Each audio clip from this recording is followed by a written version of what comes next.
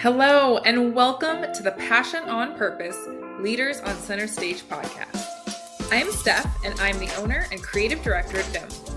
VIM's mission is to showcase the enthusiasm and passion of business leaders nationwide. I cannot wait to have you listen to the show and stick around. At the end, we talk a little bit about how you can be my next guest.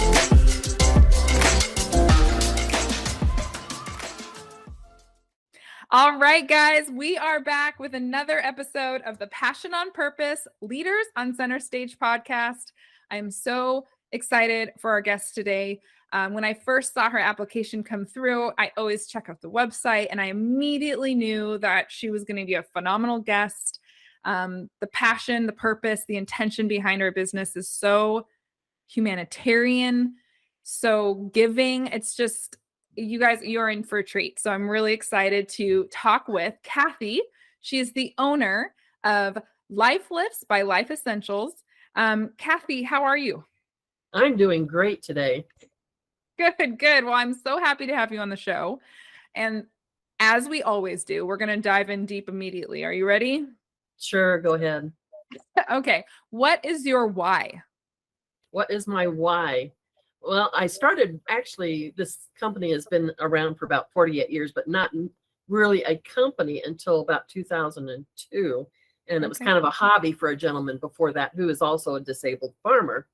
And I started working for him, and we went out and put a lift on a gentleman's tractor who had been paralyzed by a farm accident. And it just changes your life immediately, because you see the effect that this has on not only the gentleman, but the whole family being able to get back to a normal life. Because once they have an accident, their whole life changes. Not only the gentleman or the lady who was injured, but also the whole family, their life changes too. And I think that's what kind of kept me into this. And then eventually the gentleman who actually started it, he retired. I bought the company because I could not see it going away, because it just warms your heart. Everybody in this company that works here who has seen an installation and what it can do, they're just overwhelmed by the changes they have made in someone's life. I love that. And so so I have two questions in mind. One, I know that you kind of gradually worked into the ownership role of LifeLyfts, but even prior to, starting with the company years ago, where in your childhood or younger life did you ever have any sort of like moment where you felt like this type of passion existed? And maybe it looked nothing like LifeLyfts, but where you were giving to other people in some way, because this is such a gift to people. Yeah. Well, I think I've always been kind of a giver person. I was raised on a farm, and I know what it is for a family to have a farm, not want to lose that farm, but have the passion to keep farming and keep it in the family. And after 68 years, my family farm is still in our family. So, that's one thing I'm proud of. And the fact that I know that community, the family community on a farm, is just something that does not go away. Yeah. I think there's this, we're going to dive into this a little deeper, but I've got to imagine there's some alignment with some of the core values for LifeLyfts. But I think, so I fortunately am staring at a pig pen outside my window. I'm in a country town.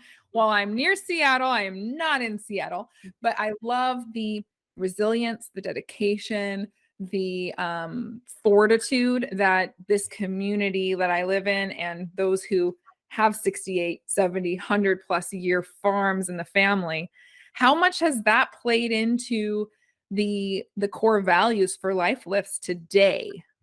Tremendously. I mean, when you see, well, in just a case, a gentleman was injured. He had a family farm that had been in the family for probably 200 years. And he's devastated to the fact that he thinks he has to sell the farm to be able to just live again, because he feels he can't get into the tractors, he can't get into the combines. And just that feeling of all of a sudden their life goes back to almost being normal again. And the tears and everything else that you see and feel and you hear in their voices. And a lot of these farmers, they're stubborn people. I mean, they don't want to ask for help. They're just so stubborn. And, I tell them, you've got to keep this going. And family members, I said, you got to keep them going, because you take a farmer out of this field and put him in a nursing home or put him in someplace, he's just going to wither away and die. They live to be in their combines, to be in their tractors, especially the combines. They like to see that money coming into their pockets from when they're picking their corn or their beans or whatever crop they have. But just be able to do that. We had a gentleman that was 95 years old and just bought a new combine, and he wanted to get into it. So for his birthday, he bought himself one of our lifts, and we put him into his combine. He probably lived another 4 or 5 years, but he was in his combine, until I think maybe a few months before he passed away. But that was what he loved, and to farm, you have to love it. You have to love what you're doing. Yeah, I think so. Prior to running VIM, I worked in the senior healthcare industry. And so I am like, things are hitting home for me, because the moment you take the passion and the purpose away from someone, or when that is stripped, right? Right. The moment that happens is the decline happens so rapidly thereafter. Like, Yeah. it's so true. And so for this story to have such a beautiful way of continuing, like being able to use the product to still stay in what gives you purpose, fulfillment, and passion, like you're extending life with these lifts. Yeah, and it makes them feel good that they're actually still the breadwinner of the family and contributing to that family, where a lot of them, all of a sudden they're the anchor of the family that basically is pulling everybody down to the bottom instead of being the one that keeps everybody up and going. But it's just the way the families are, and the way that, it's not even just the wife, the kids, it's, their brothers, their sisters, who all over are part of this farm. Just being able to keep those things going and that alive into the family it's just tremendous. Absolutely. So tell me more about these lifts, right? So I've had the pleasure, listeners have not, I've had the pleasure to see on the site, which of course we'll have your link in the show notes, so listeners can go and check that out. But tell us more about who like, how did these lifts come to be? And I know that you guys have been around for a while, so who are they really serving, and what are we talking about when we say lifts? Well, a lift, basically our lifts, we either take if they're paralyzed from the waist down, they can't walk, we have a lift we fasten to the side of a tractor or a combine that has a seat that's on like a robotic arm that comes down. They can call it's a wireless remote system, and they can bring it down right next to their wheelchair. They transfer onto that seat, and then they can transfer themselves up into the combine cab or the tractor cab and transfer into the driver's seat of that equipment. And then we do, if it's a tractor, sometimes we do hand controls because they have foot levers and stuff, and we'll put hand controls so they can operate everything by themselves. And then our other lift that was probably the most popular one we have is our truck lift, and it mounts on the back of a pickup truck that has a flatbed on it. And we can either provide a flatbed, or if they already have one, we can use that. But that lift will come around and get them out of the driver's seat of the truck and take them up, and it'll go up 12 feet in the air and 14 feet out from the side of the driver's side, and it'll put them into a combine and a tractor or whatever else.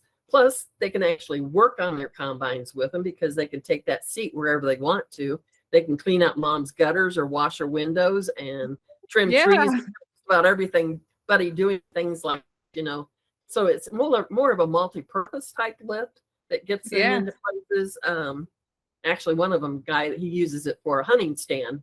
He puts some camouflage around him, and he takes the lift up, and that's his hunting stand. So, or he gets into a hunting stand sometimes with them too. But they're more multi-purpose than what the ones we just fasten to the tractors and the combines are. And if it's somebody that can still walk, we just put, I would call it an elevator on the side of a combine or a tractor. They stand on it, they push a button, it takes them up to the platform level of the equipment they're wanting to get in, and then they can walk in their equipment.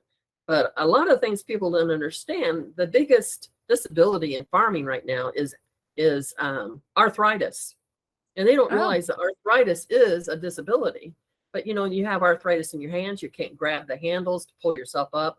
The ladders, if you have it in your knees or you've had knee replacement, hip replacements, that's not a reason to stop doing the things you love to do. Yeah. And we do, it's not only farm equipment, we get people onto horseback so they can do the riding things. We have lifts at therapeutic riding, because riding is just great therapy for a person's body.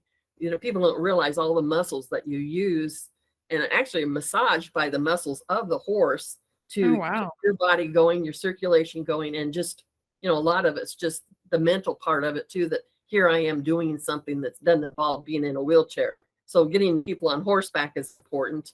And then the other thing that we like to do, which basically we just like to keep people doing the things they love to do. And it's getting people in and out of their motorhomes and travel trailers and campers or Oh, whatever else that they love to do and travel. There's no reason to stop traveling if you can't climb in and out. We can put a lift on there and it'll get you sometimes we've gotten it to where it puts the dog into the camper because they can't lift their dog up anymore and the dog can't go up the stairs. But yeah. just keeping people doing the things they love to do and let them know that there's really no reason. If we could figure it out, let us try to figure it out for them.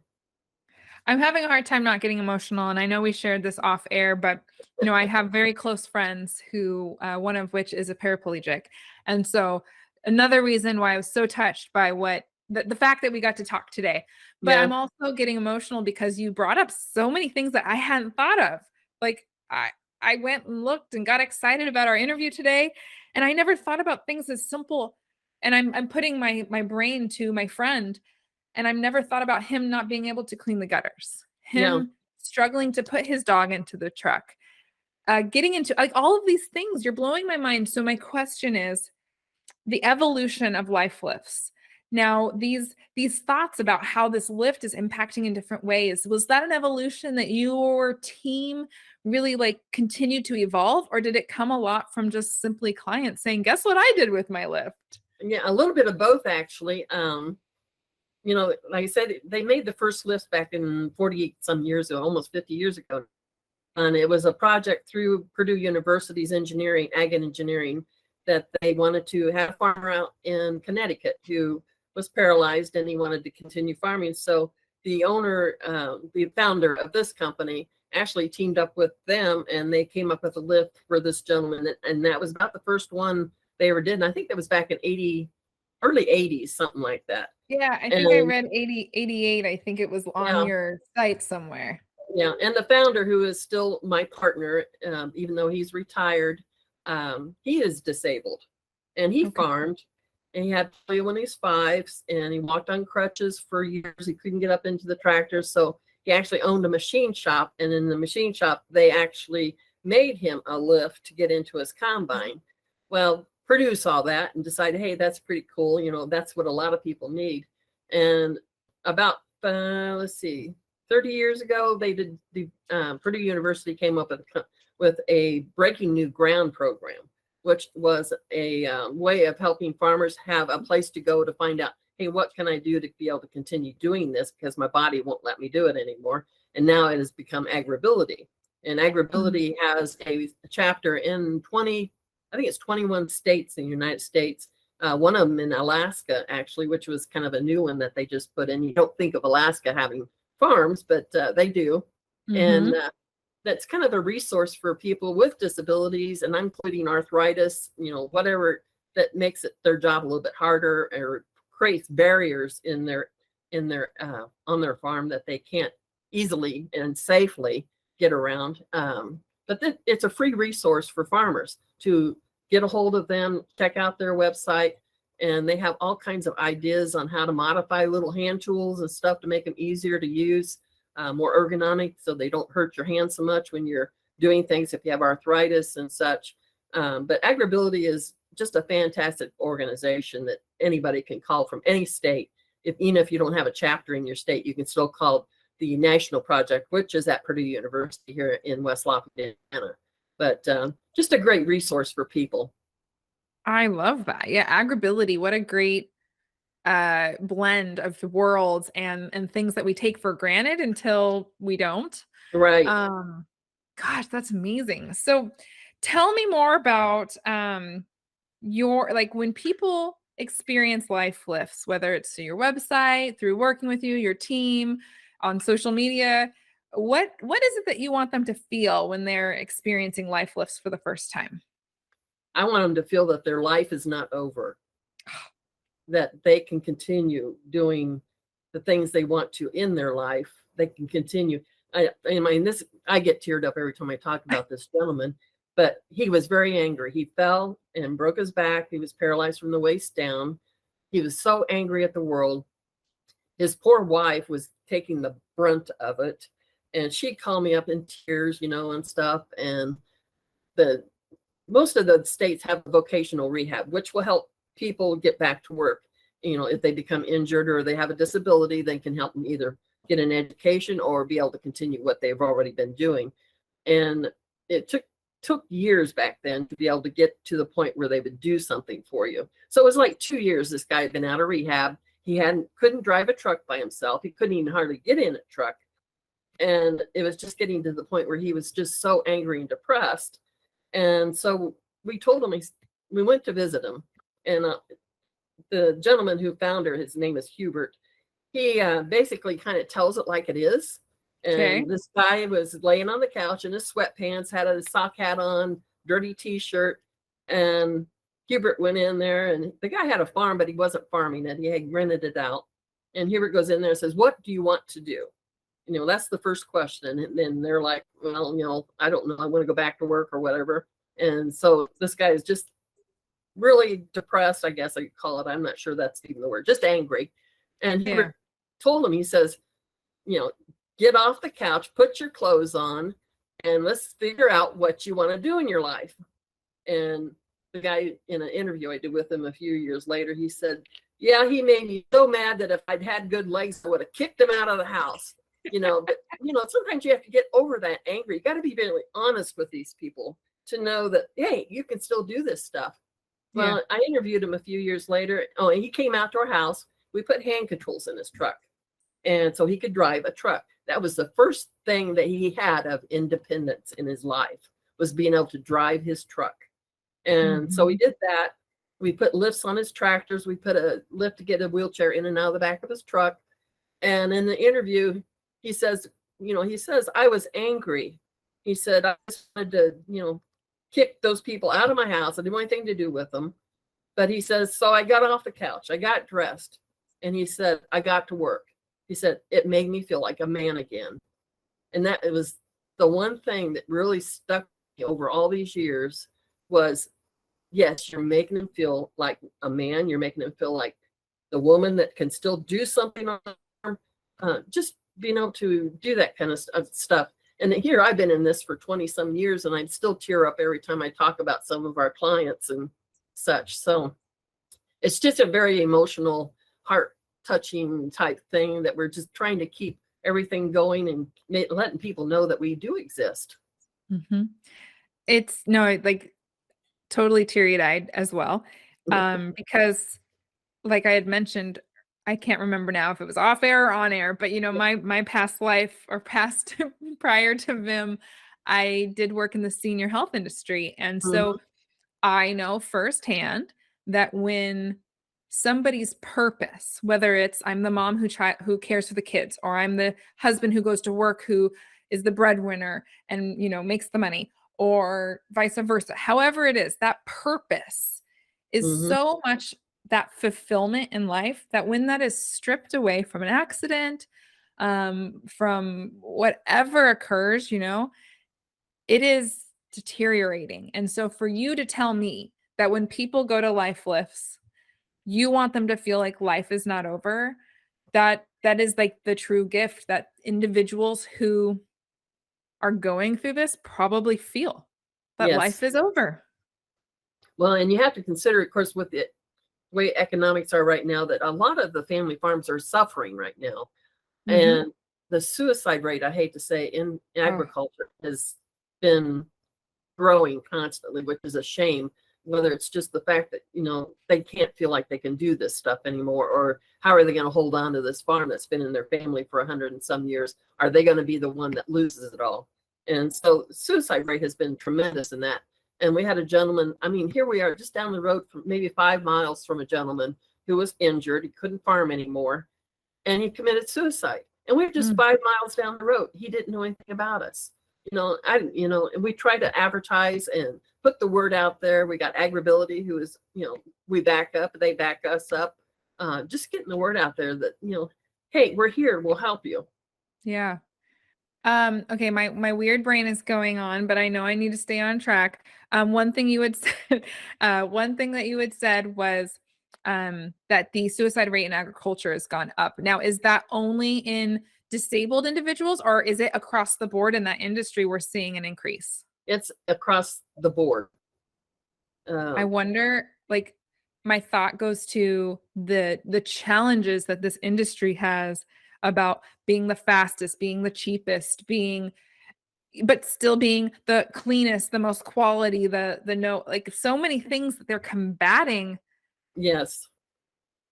That's so challenging. Yes. And there's a lot of things you wouldn't even, think about too, just maintaining, it used to be you could buy a combine or a tractor and you're spending, maybe $50,000 to $75,000. Well, now you're looking at $500,000 to close to $1 million for equipment to be able to farm. Mhm. And, Mhm. it's just overwhelming for a lot of them. Yeah, absolutely. Okay, so we've talked a lot about the agricultural side of this, but you've mentioned earlier on all of the other great, amazing benefits that these lifts and these tools that you guys offer can do. So, is your primary audience towards those who are in farming, or are you also supporting individuals who have corporate jobs, not in agriculture? Like, tell me more about who is the best client for you. I imagine we probably work more with agricultural people than Okay. we do anything. Yeah. Over the years, we've kind of had to just kind of concentrate on that need. And then, of course, the needs in the RV industry that people, they get rid of their motorhomes and travel trailers, and that's what they love to do. Um, just try to keep people doing those kind of things. I don't worry too much about, making sure somebody has a wider bathroom door in the office or their desk is easy to get to. And I don't, there's other people that take care of that stuff. But there is Gotcha. nobody else that takes care of the farmers or takes Gotcha. care. Well, there's some RV companies out there, but we're trying to get to do the things that nobody else does or nobody else wants to do. I guess I should say we're nuts enough that we do this stuff that nobody else wants to do. And now, are you national? Yes, we are. Actually, we have sent lifts to Australia, Oh, to wow. England, to Switzerland, and Canada quite a bit. To Canada, yes. Okay. That is amazing. So now if somebody is not local to you and wants to work with you, is there a team that comes out that helps with installation? Like I don't need all the nuts and bolts about it, but like general gist for listeners, if they're intrigued or they know somebody who this Mhm. could benefit, what like I'm just curious, what would that process look like in like a streamlined kind of But answer? yeah, lots of time it's the children of somebody who has been injured that gets a hold of Mhm. us. They Yeah. search the internet, they find us. We contact either Agribility or we put them in contact with an Agribility or we give them an idea of where maybe their voc rehabs are in the state to get them the financial and the resources they need to get going. We'll talk to them and basically try to get an idea of what their needs are, and sometimes they don't even know what their needs are. So, Mhm. you can get in a tractor, but how are you going to drive it if you don't have hand controls in it? So Right. it's kind of a process of talking to people to find out what they want to do, what they need to be able to do that.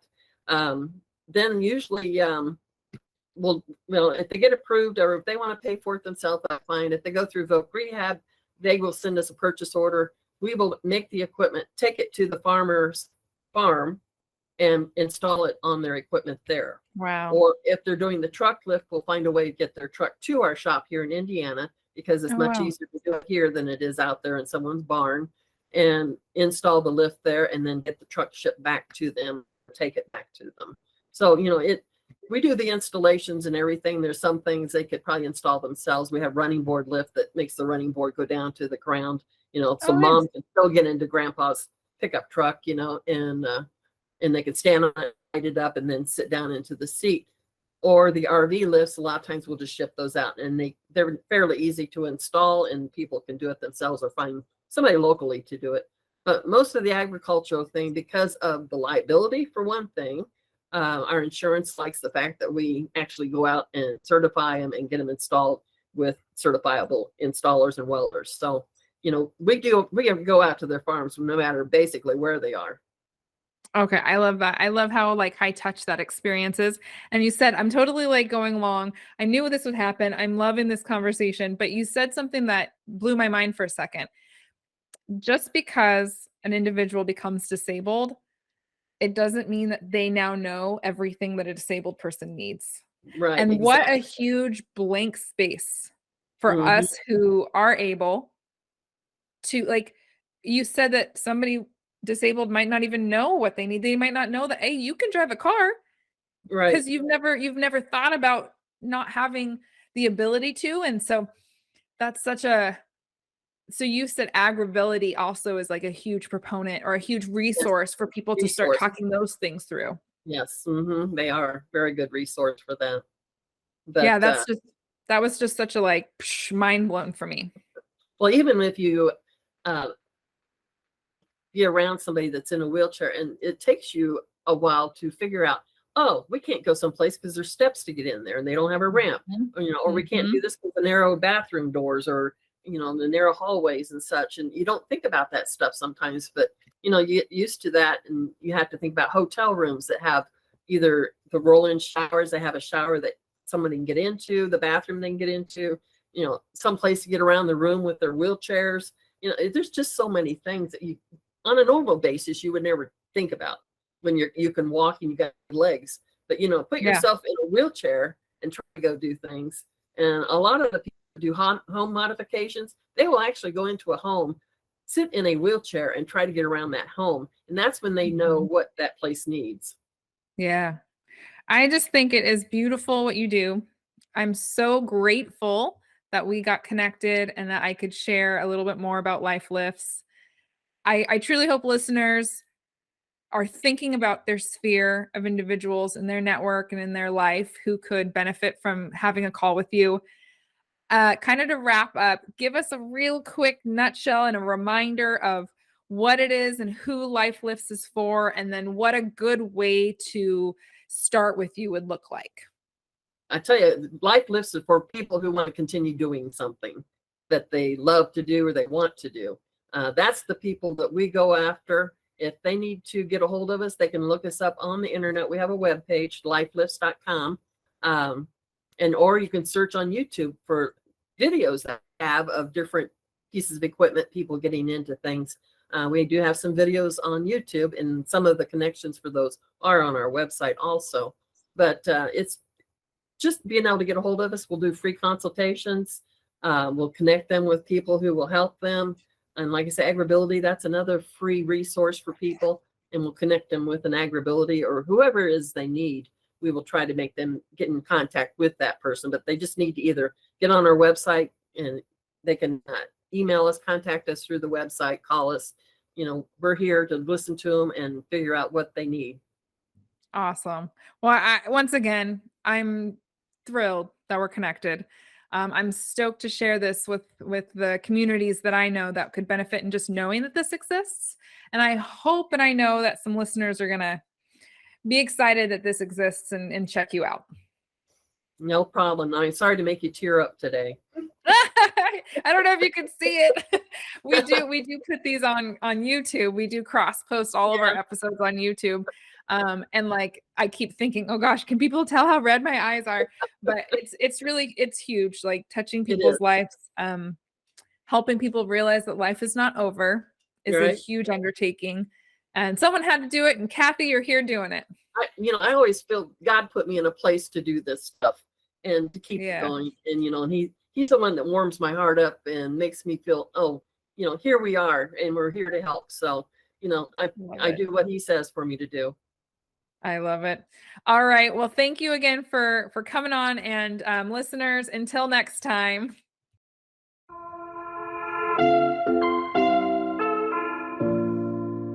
Steph here. Thank you so much for listening to the Passion on Purpose Leaders on Center Stage podcast.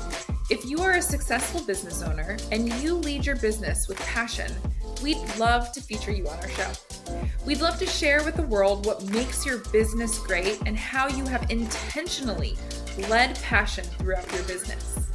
Also, if you got any value or little tidbits from this episode, please take a minute to screenshot the episode and share it on your favorite social media platform.